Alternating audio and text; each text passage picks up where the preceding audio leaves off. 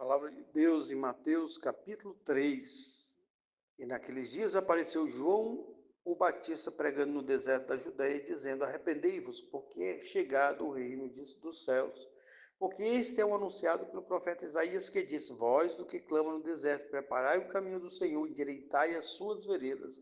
Esse João tinha em suas vestes de pelos de camelo e um cinto de couro em torno dos seus lombos, e alimentava-se de gafanhoto e de mel silvestres.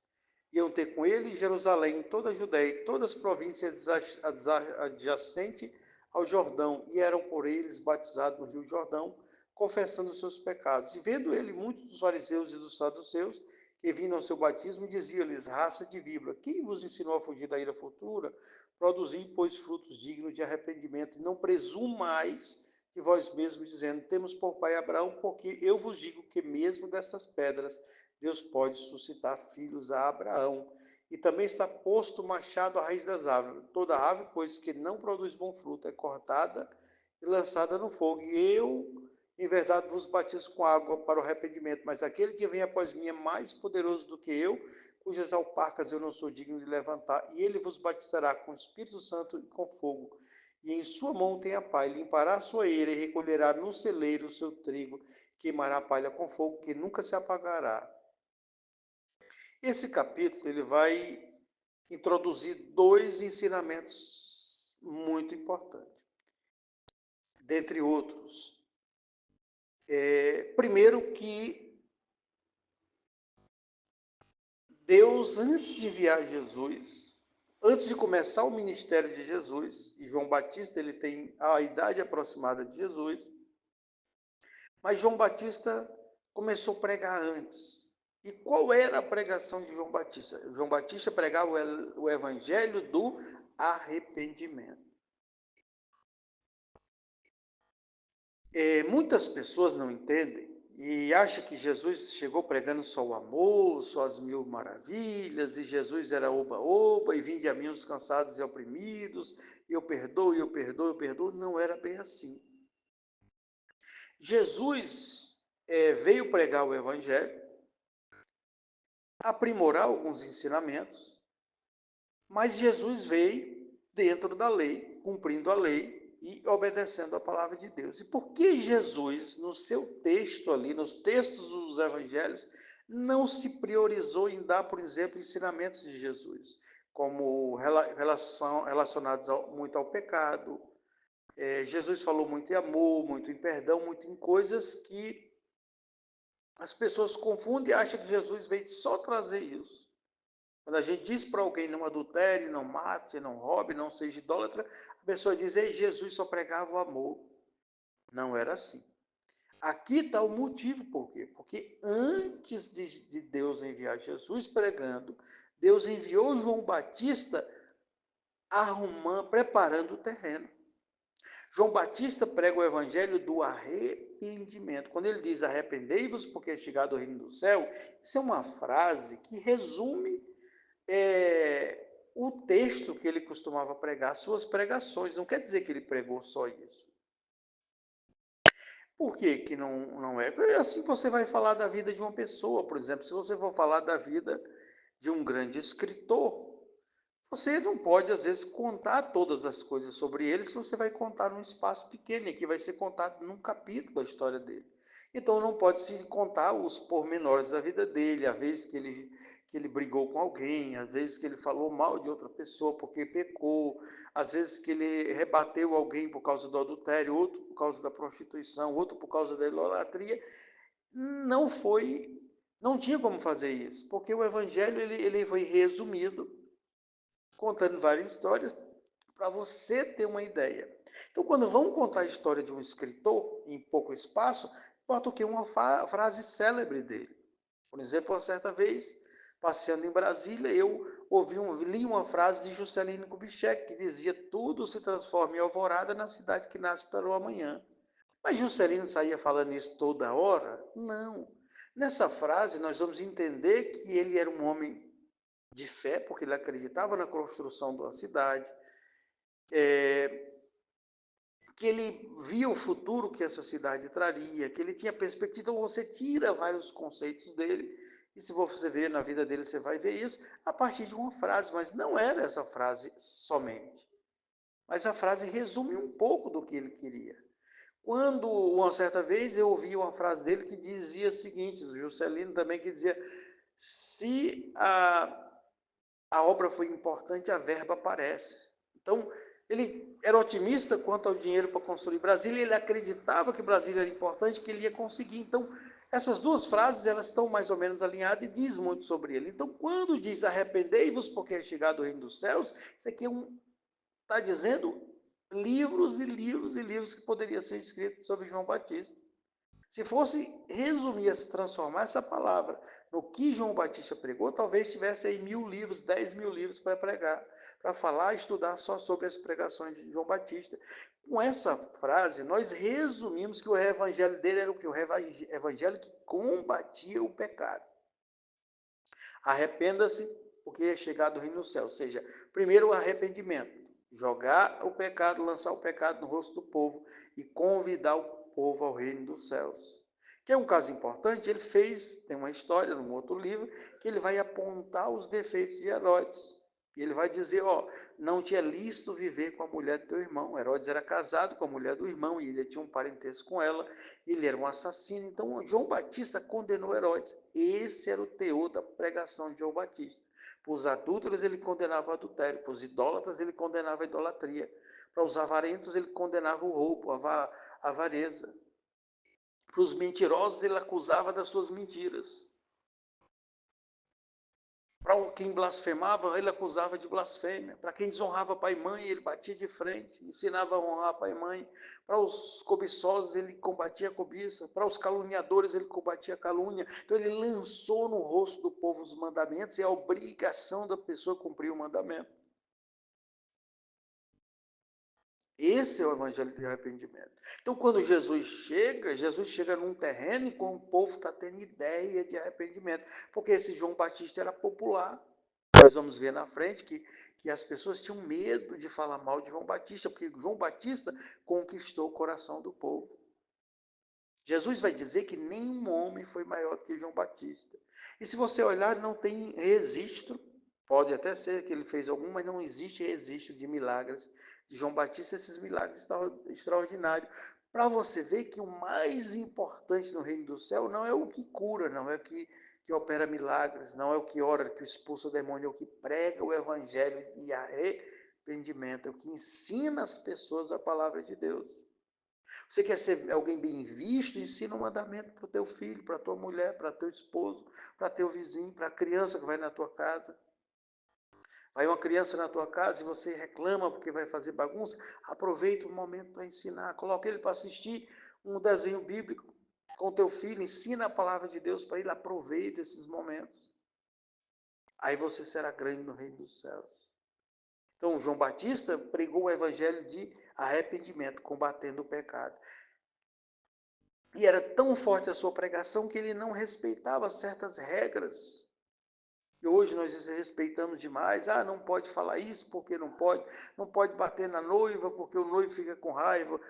É tanta invenção que criaram nas igrejas e o povo está se aglomerando de gente na igreja. Boa parte problemáticos. É uma igreja que se encheu de gente problemática por falta de um evangelho genuíno. Quanto menos prega a doutrina na igreja, mais problema ela tem. Quando você começa a colocar a doutrina na igreja, sai um monte de pessoas, até dos grupos de oração. Mas vai ficando um povo que tem compromisso com Deus. E a doutrina, ela opera com cura, ela opera com libertação, com prosperidade. As pessoas que vão se aproximando de Deus e obediente à palavra de Deus, essas pessoas são as que despertam a fé, e a fé genuína que salva, que é a fé que é dom de Deus. Então, João Batista vem com o evangelho de arrependimento. No verso 3, ele vai explicar a origem, como a gente está falando. Mateus tudo que ele vai fazendo, ele vai relacionando o Velho Testamento para provar que esses acontecimentos não eram acontecimentos por acaso. João Batista não era por acaso, ele estava provando a autenticidade de João Batista como profeta. E ele vai dizer, porque este é o anunciado pelo profeta Isaías, que diz, vós que clamam do deserto, preparai o caminho do Senhor e endireitai as suas veredas. Ele está dizendo que João Batista é alguém que veio porque Isaías profetizou. E qual era a missão dele? Preparar o caminho do Senhor e endireitar as veredas. Preparar o caminho do Senhor é o que nós já falamos. Ele pregava o evangelho de arrependimento, combatia o pecado e foi se popularizando em Israel. Então, ali os rabinos, ali os judeus, os sacerdotes, o clero ali de Israel, junto com o povo, começaram a comentar. Dizer, quem é esse homem?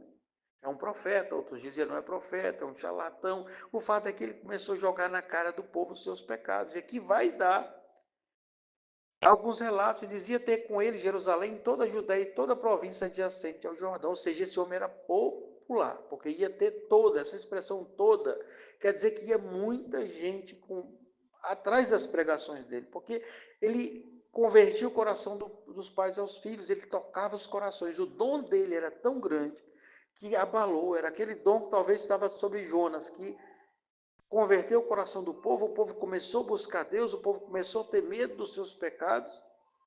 E quando Jesus chega, Jesus encontra um povo com consciência de pecado. Eram todos 100%? Não, uns mais, outros menos. Mas o fato é que o povo estava com consciência de pecado. O povo falava sobre o adultério, que era pecado, sobre a lei, sobre o roubo, sobre a idolatria. Então começou a acender a fogueira do avivamento. E diz que ia a Jerusalém e eram por eles batizados do Rio Jordão, confessando seus pecados. Ou seja, esse povo começou a se achar que era pecador. Essa era a missão de João Batista, fazer a pessoa reconhecer o seu pecado. O evangelho do arrependimento é fazer as pessoas confessarem o seu pecado e serem batizadas. Então, essas pessoas que chegavam a João Batista, eram pessoas que estavam se convertendo a multidões. Uns se convertendo genuinamente, outros de certa forma falsa. E eles veem que começam a chegar pessoas religiosas, no verso 7 diz, e vendo ele muitos fariseus e dos saduceus que vinham ao seu batismo, diziam-lhe, raça de víboras, quem vos ensinou a fugir da ira futura? Produzir, pois, frutos dignos de arrependimento, e não presumais de vós mesmos, dizendo-nos, temos por pai Abraão, porque eu vos digo que mesmo dessas pedras Deus pode suscitar filho Abraão. Aqui nós vamos ver o teor da pregação de João Batista. João Batista não ia pregar dizendo assim, eu não vou falar doutrina, porque eu não quero magoar as ovelhas, porque o noivo não pode bater, não gosta de ninguém batendo na noiva. Não, João Batista não ia com essas histórias criadas aí na modernidade, não. João Batista ia de contra o pecado do povo. Raça de víbora, quem vos ensinou a fugir da ira futura. Eles chamam aquele povo de víbora. Víbora, a associação de víbora, meu amigo, era tão incrível, porque essa associação ia para o Éden, a serpente que tentou Eva. Ele está dizendo, vocês são uma raça de víboras, de pessoas semelhantes a serpentes, vocês têm veneno nos lábios, vocês estão com essa artimanha, mas é com maldade no coração. Veja que evangelho duro que ele pregava. Mas sem esse evangelho não tinha base para Cristo vir construir em cima. Porque a graça opera onde a lei já agiu. Essa é a melhor técnica de evangelização que Jesus está ensinando. A pior coisa que pode fazer numa cidade é pregar o evangelho do amor e sair distribuindo amor, e chega um monte de gente achando que vai ser só curado, só liberto, vai ficar rico e vai continuar adulterando, se prostituindo, vendo pornografia na internet, com idolatria. Hoje em dia nem pregam mais contra a idolatria. Quando chegam nas igrejas, sabe o que recebe? Sejam bem-vindos, sua presença é um prazer, volte sempre, canta uma musiquinha, apontando para a pessoa, ainda lê o nome da pessoa, bota a pessoa para ficar em pé, e aí aplaude, faz coisas. Isso é bobagem, isso é balela nas igrejas. João Batista fazia chamar a atenção do seu pecado. O melhor método de evangelização é que mostra ao homem que ele é pecador. Primeira vez que a pessoa fosse pregar numa cidade, era para primeiro fazer uma consciência de pecado. Pregar contra o pecado, cada pecado. bater de frente contra os pecados, fazer uma análise dos maiores pecados que tem na cidade, pregar, pregar, pregar, pregar, pregar, pregar, até o povo vai criar raiva, claro que vai criar raiva. Mas João Batista, o Espírito de Deus opera nessas pregações e o povo vai mudando o seu coração, vai mudando a consciência. Eu cheguei num grupo para pregar, eu posto mensagem nesse grupo, e lá eles postam um vídeo de tudo que não presta, pornografia, como é muitos grupos, não tem como eu estar vendo. Mais de 100 grupos, então não tem como estar 200 grupos no WhatsApp, 300 grupos no outro, então não tem como eu estar olhando os grupos, eu só olho os meus e mais uns dois, e se alguém me marcar eu vou lá e vejo, mas eu comecei a ver que esse grupo, pelo nome do grupo eu entrei e vi que vai ser bagunça, porque alguns grupos são bagunçados, mas comecei a botar o evangelho lá, só pregação dura, pregação dura, pregação dura, com o tempo o pessoal começa a mudar, as postagens começam a mudar. Teve um grupo que eu comecei a pregar o evangelho, ele era tão problemático, que tinha tanta postagem de pornografia, quando foi com poucos dias a mulher mudou o nome do grupo e proibiu pornografia no grupo, porque a dona do grupo começou Deus tocar o coração dela. E assim que você faz na cidade. Se prega, ei irmão, Jesus te ama, Jesus tem um plano na sua vida, o traficante fica feliz, chora, abraça você e vai traficar de novo. O adúltero vai adulterar de novo, o mentiroso vai mentir de novo, o roubador vai roubar de novo. Às vezes dá até uma ofertinha na igreja, mas vai roubar. Não adianta esse evangelho de oba-oba. João Batista chega o quê? Lançando no rosto o pecado do povo. Raça de víbora, quem vos induziu a fugir da outra futura? Ele começa a dizer, arrependimento tem frutos, meus amigos. Produz os frutos de arrependimento. E quais são os frutos do arrependimento? Reconhecimento, confissão, pedido de perdão e renúncia do mal, mudança de vida. Sem isso não tem arrependimento. Arrependimento não são palavras, não são lágrimas só choradas. Claro que tem uma expressão emocional, mexe com o emocional da pessoa, o sentimento de culpa misturado com um monte de emoções, desaba a pessoa. Mas muitas daquelas lágrimas são mentirosas.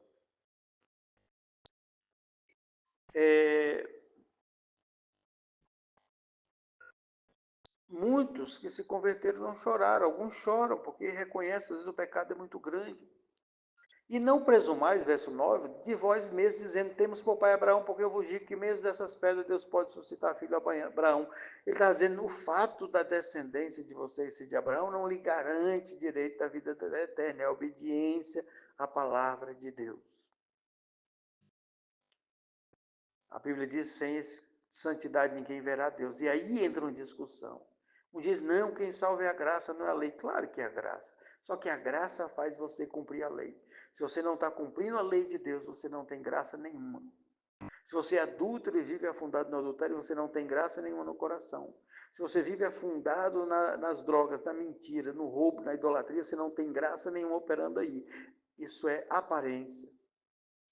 A verdadeira graça, ela produz a obediência. A obediência é os frutos da fé genuína, a fé que salva. A salvação vem pela fé, a fé é dom gratuito de Deus, mas a fé que é dom e gratuito de Deus produz obediência. Então, se eu não tenho obediência, eu posso dizer que a pessoa também não tem salvação. Não estou dizendo que uma vez ou outra a pessoa não possa dar as suas mancadas. E a salvação às vezes é processual. Há pessoas às vezes até crê, vai para o mundo, dá uma volta, volta e se converte de verdade. Mas enquanto ela não volta e se converte, não está valendo. Porque pode ser só alguém que passou ali. É aquele pessoal que Jesus diz é a semente lançada entre as pedras, cria, não tem raiz, sai fora. Cresce, mas é cheio de espinhos, sai fora. Caiu à beira do caminho, o diabo rouba, sai fora. Então, Jesus quer dizer que a minoria vão para o reino dos céus até na parábola das sementes. Salvação tem frutos. Você tem frutos de salvação na sua vida? Ou é a mesmice? Eu passei muitos anos achando que eu era um homem crente. Depois, através de uma pregação, eu descobri que não. Sabe qual era a pregação? Dizendo assim, vocês são filhos de Deus, não, vocês são filhos do diabo. E aquilo foi chocante para mim. E eu disse, meu Deus, realmente, minhas atitudes não é de filho de Deus. Estava falando dos filhos de Deus e dos filhos do diabo. E eu dizendo, minhas atitudes não são de filho de Deus, isso aqui é coisa de filho do diabo. Meu pai é o diabo, eu não posso ser filho de Deus com essas práticas. Você não pode ser filho de Deus com essas práticas erradas que você tem. práticas que afundaram no pecado. Davi cometeu adultério, um homicídio muito grave, mas não era todo dia que ele matava alguém e adulterava. Davi era um guerreiro, ele ia para a guerra se precisasse, ele ia, né, infelizmente, se defender e defender o seu país. Nós estamos falando de homicídio doloso, aquele homicídio que você pode evitar, não é o do legítima defesa. Ele não saía maquinando, hoje eu vou matar meu amigo, hoje eu vou matar meu primo, não. Ele não saía dizendo, vou ali ver qual é a mulher que o marido não está em casa. E tem gente que se aproveita, sabe que uma mulher não está em casa, senta na calçada. Conheço muitos que oferecem dinheiro, conheço cara que só fazia caridade para a mulher. Dava tudo, emprestava dinheiro. Se o homem passasse dificuldade, ele não ajudava. Más intenções, cheio de malícia. Então, isso é coisa de filho do diabo. Se você pratica isso, saiba, você não é filho de Deus. Enquanto você não largar esse roubo, enquanto você não largar esse adultério, enquanto você não largar essa mentira, enquanto você não largar esse mal, você é filho e filha do diabo. Durante a caminhada, nós temos alguns contratempos. Eu tive alguns, de vez em quando eu tenho que pedir perdão por alguma coisa que eu faço. Todas as semanas, às vezes, eu lembro de alguma coisa, extrapolo, às vezes a ira quer brotar, e a gente vai podando, mas não é afundado no pecado que nós podemos dizer, eu sou filho de Deus, Jesus me ama, o que importa é o amor, eu faço minhas rezas, e Deus me aceita do jeito que eu sou. Não, isso é mentira. Deus aceita você do jeito que você é, mas para você mudar o jeito que você é. Tem gente que vem pedir oração e continua com o adultério, com o roubo, com a mentira, com a blasfêmia, com a fofoca, com a cobiça, com a pornografia. Agora, se você está preso num pecado, você deve buscar libertação de Deus. Ora, no céu você não entra com esse pecado.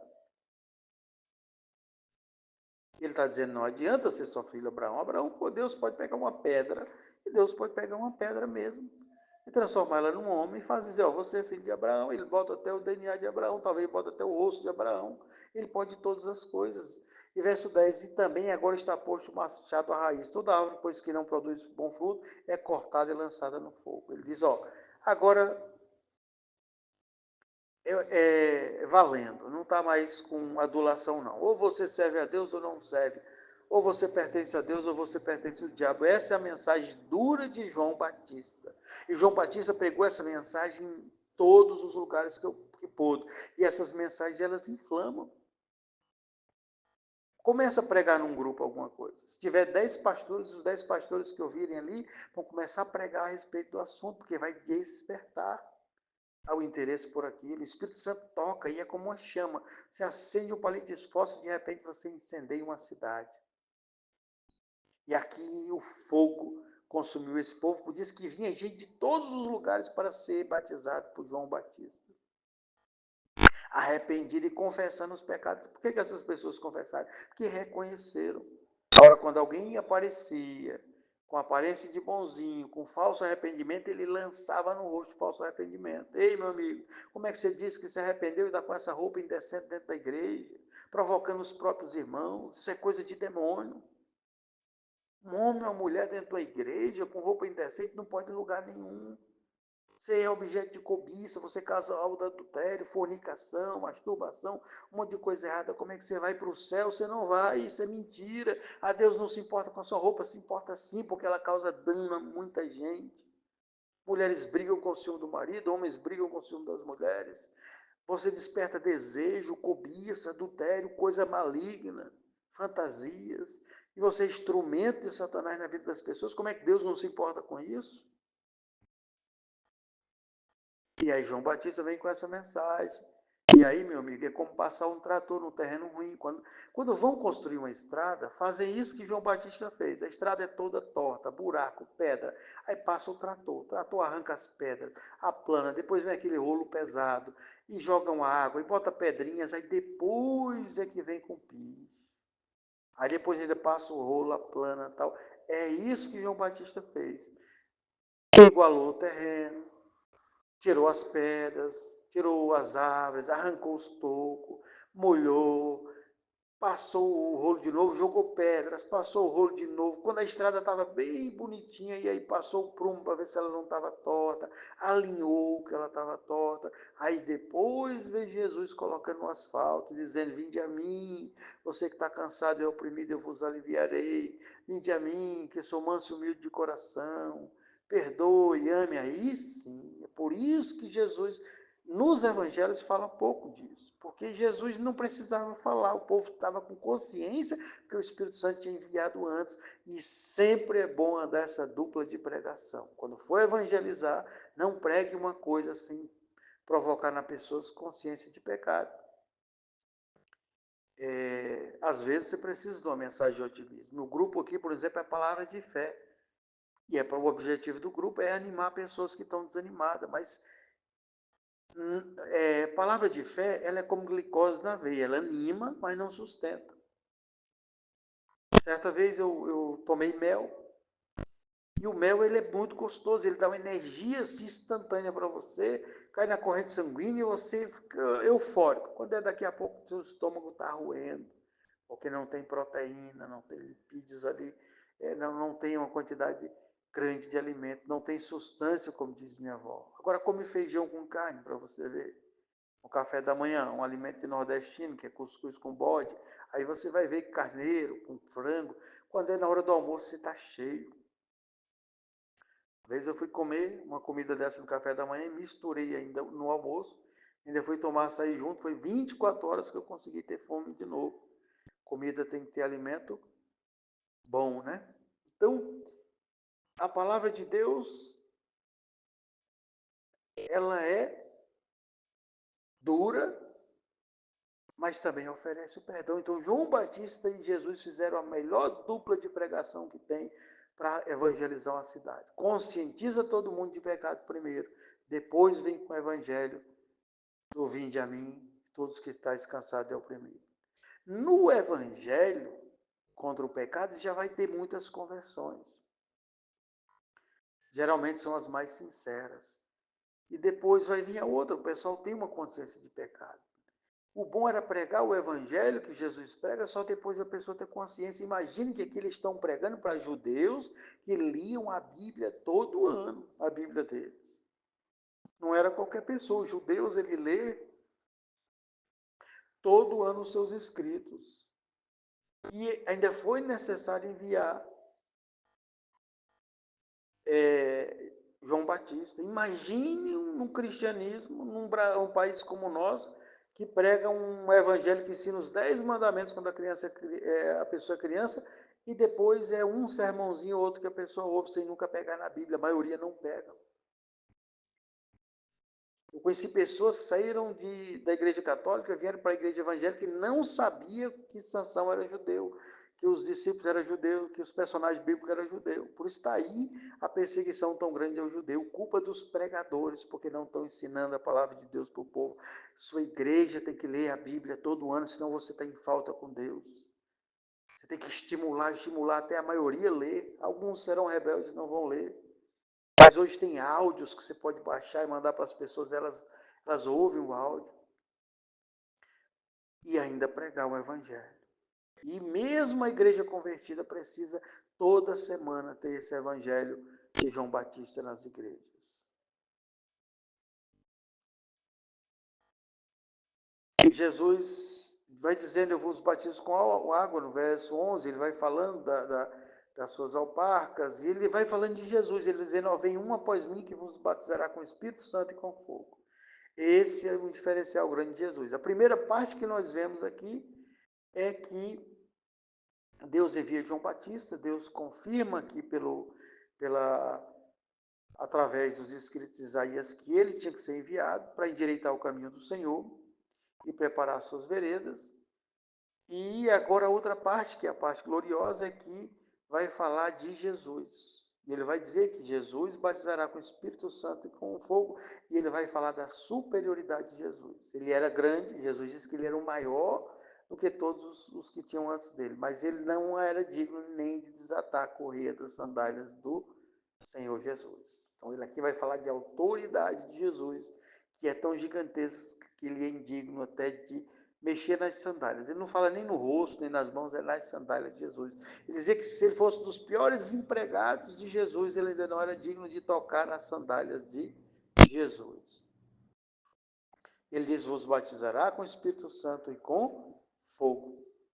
Em sua mão ele tem a pá, e limpará ele, recolherá o trigo e queimará a palha no fogo, que nunca se apagará. Então, Jesus tinha o poder de julgar, o juízo. E aí ele conta a história do batismo de Jesus. No verso 3 diz: veio Jesus da Galiléia, junto com João Jordão, para ser batizado por ele. Mas João opunha, dizendo: eu que mereço ser batizado por ti. Jesus era tão grande, tão grande, tão grande, que o maior homem da história, segundo Jesus, não queria batizar Jesus porque se achava indigno, mas Jesus tinha que cumprir a lei, disse: não, eu tenho que cumprir tudo. Foi batizado, porém respondendo disse: deixa agora, porque convém cumprir toda a justiça. Então ele o permitiu. Então, sendo batizado, saiu logo da água, e eis que se abriram os céus, e viu o Espírito de Deus descendo em forma de pomba sobre ele. E eis uma voz que do céu dizia: este é meu filho amado, em que minha alma se compraz. Aqui nós vamos ver o apontar de Jesus para alguns atos. Nós estudamos Êxodo e vimos que Êxodo o povo passa no mar vermelho. É uma espécie de batismo. E aqui Jesus tem que passar pelas águas. Quem crê e for batizado será salvo. Batismo é obrigação para quem crê. Ah, mas tem um ladrão da cruz que não se batizou.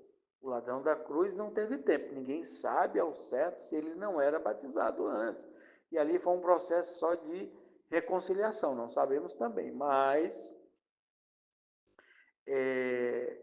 com certeza ouviu o evangelho de Jesus, porque ele estava consciente ali pela defesa que ele faz de Cristo.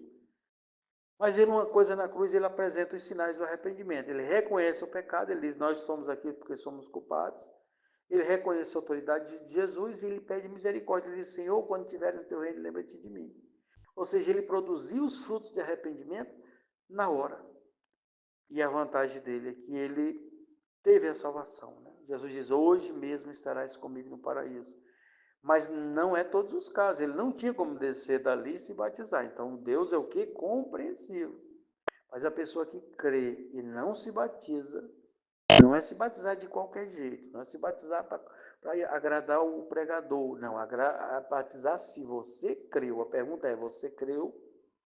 Se você creu e a fé é genuína e você está em santidade com Deus, está em obediência com Deus, e essa fé produziu santidade em você, você deve se batizar, senão é um pecado.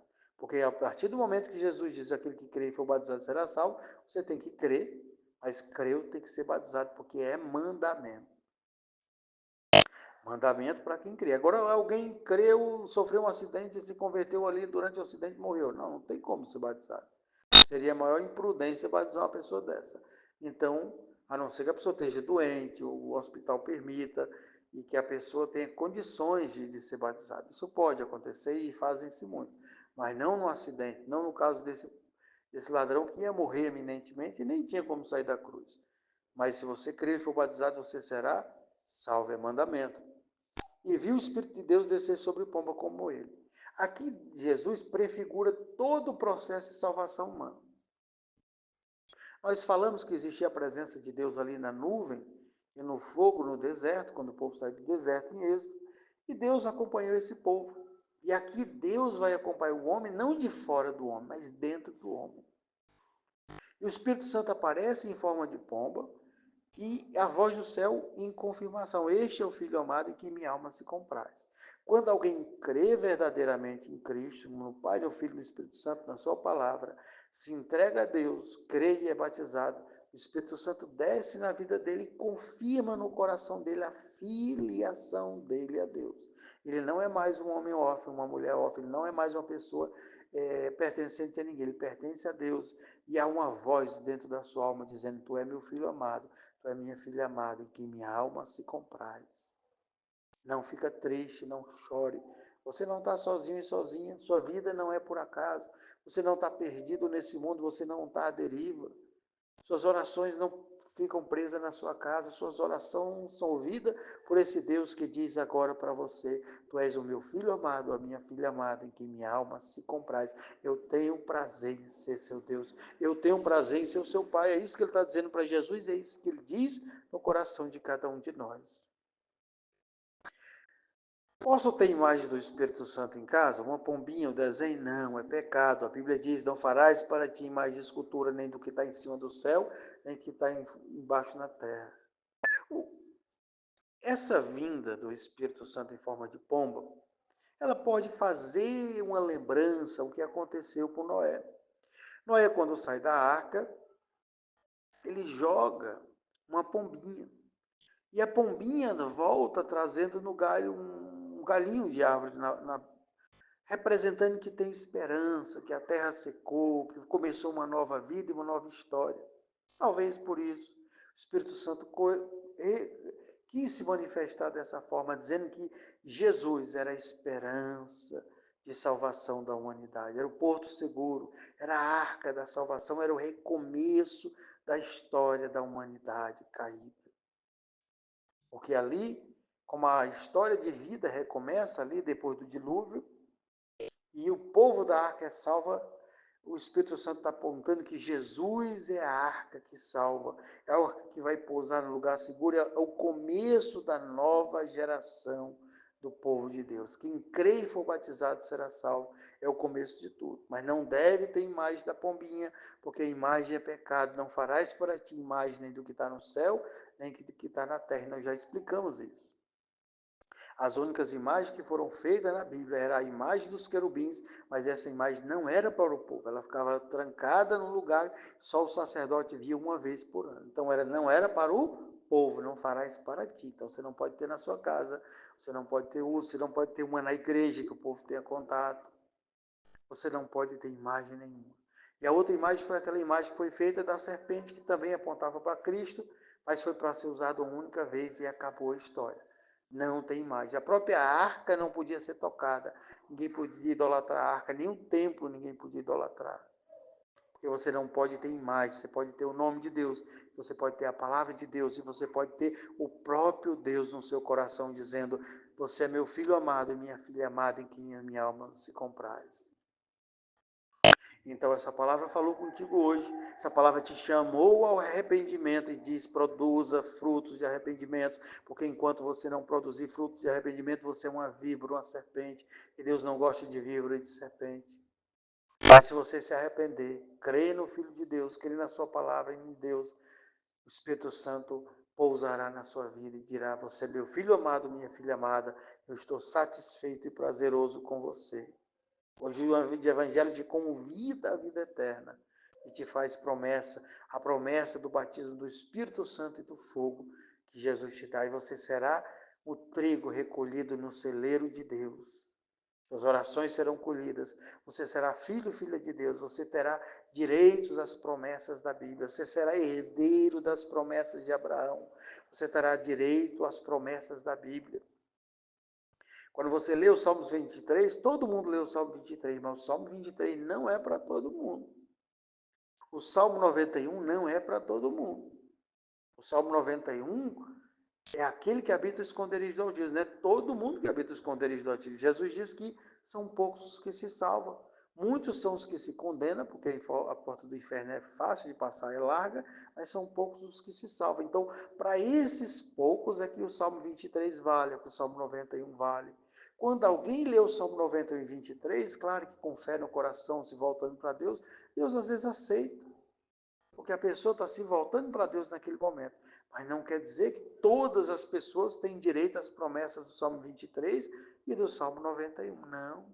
Do Salmo 103, do Salmo que está no Salmo 1. Muitos os salmos são promessas, ou promessas de bênção, ou promessas de livramento, ou promessas de condenação dos adversários. Todos eles são promessas de uma certa forma, mas só são promessas para a vida daqueles que obedecem a Deus. Mas quando você obedece a Deus, você é filho de Deus. Nós vimos o vídeo aí de um homem tentando expulsar o demônio, e o demônio zombava dele, dizia: você é corrupto. Por quê? Porque a pessoa não tem aliança com Deus. Mas hoje você pode fazer aliança com Deus. Procure uma igreja, faça a sua oração em casa de arrependimento. Procure uma igreja, esteja lendo a Bíblia, orando, com a vida alinhada com Deus. E Deus habitará no seu coração. Sua vida vai mudar e Deus vai ouvir suas orações. Se você já é filho e filha de Deus, fique em paz. Porque o próprio Deus ouve o coração a sua oração já dentro de você. Não pense que Deus está num trono no céu, Ele está também. Ele se manifesta num trono no céu, porque o trono é muito pequeno também para caber, para suportar a grandeza de Deus. Na verdade, tudo pode ser, Deus pode conter tudo, mas nada pode conter Deus. Mas Deus se manifesta às vezes. Se manifestou aqui em algo tão pequeno como uma pombinha, pelo seu espírito, mas nada pode conter Deus, mas Deus se manifesta dentro do seu coração. Você pode conter Deus dentro de você. Essa é a água que Jesus disse para a mulher do poço. Da água que eu der de beber, se tornará uma fonte que jorra para a vida eterna.